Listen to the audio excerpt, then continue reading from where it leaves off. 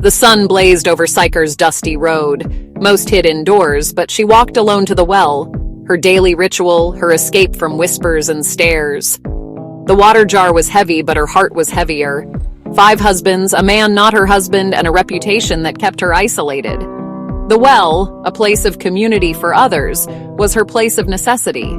She came for water, but her real thirst was deeper. A longing for acceptance, peace, a new start. Each relationship was a failed attempt to fill the emptiness. The townspeople defined her by her mistakes, so she chose the scorching sun over cold stairs. Today felt like any other: fetch water, avoid people, return to loneliness. But something was about to change. Imagine the weight she carried, not just the jar, but shame and regret. Maybe you know that feeling, when the quiet is deafening and emptiness feels endless. We try to fill it with things, people, distractions, but the thirst remains. It's a soul thirst, a longing for meaning, love, a home for your heart. This woman, walking to a common well, was about to meet the uncommon source of living water.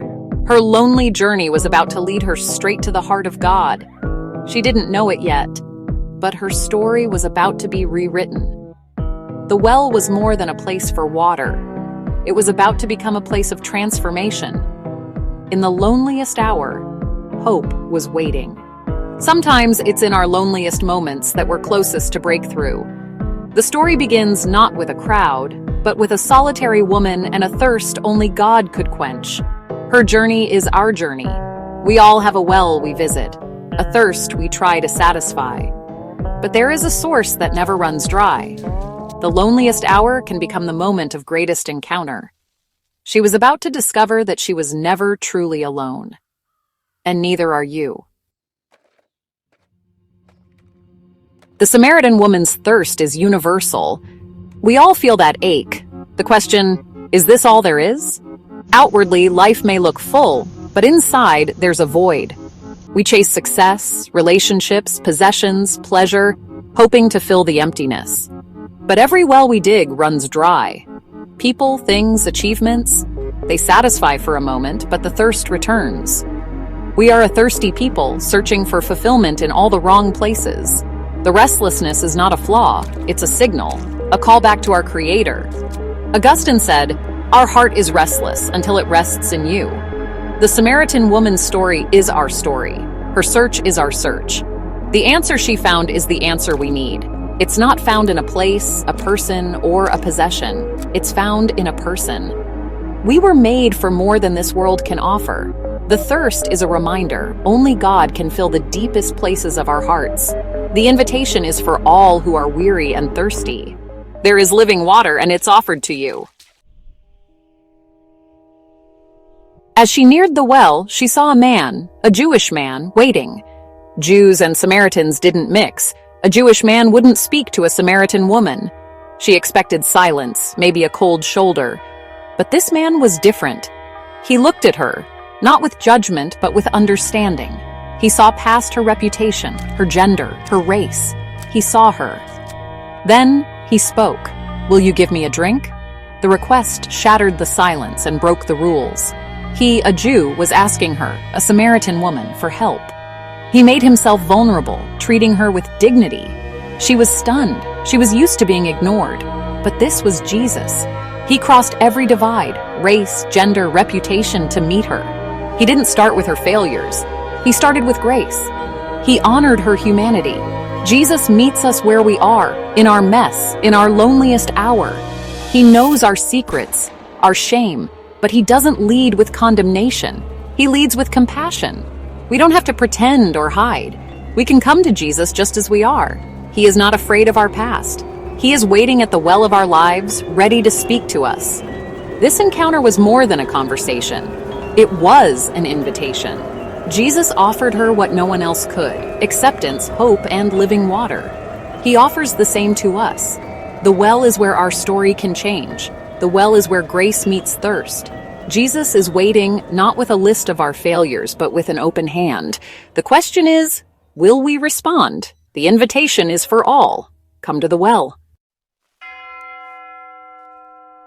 The woman was surprised. "You are a Jew and I am a Samaritan woman. How can you ask me for a drink?" Jesus replied, "If you knew the gift of God, you would have asked, and I would have given you living water." She thought of buckets and ropes, but Jesus spoke of something deeper. "Everyone who drinks this water will be thirsty again, but whoever drinks the water I give will never thirst." He offered not just relief, but a spring of life, eternal satisfaction.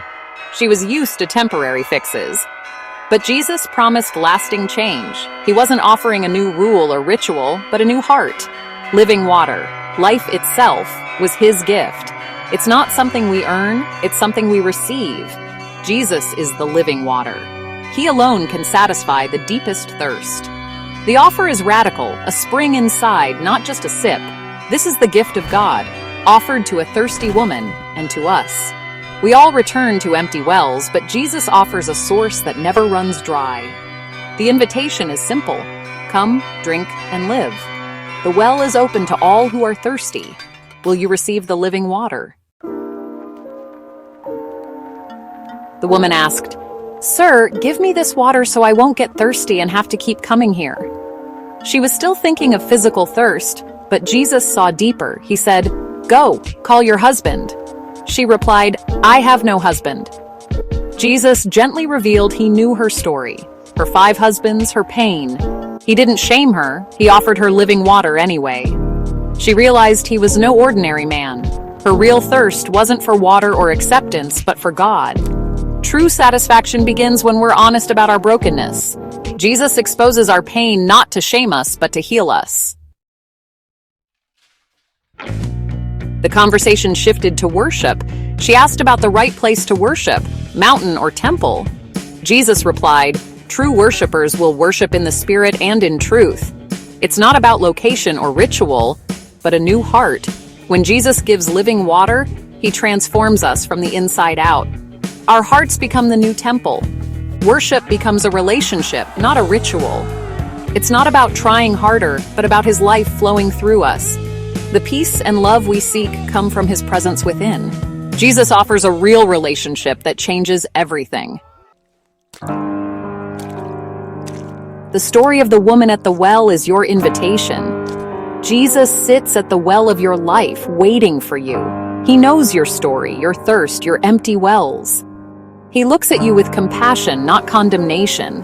You don't need to have all the answers or clean up your life first. Just be honest. Come as you are. Tell him about your thirst, your emptiness. Ask for the living water only he can give.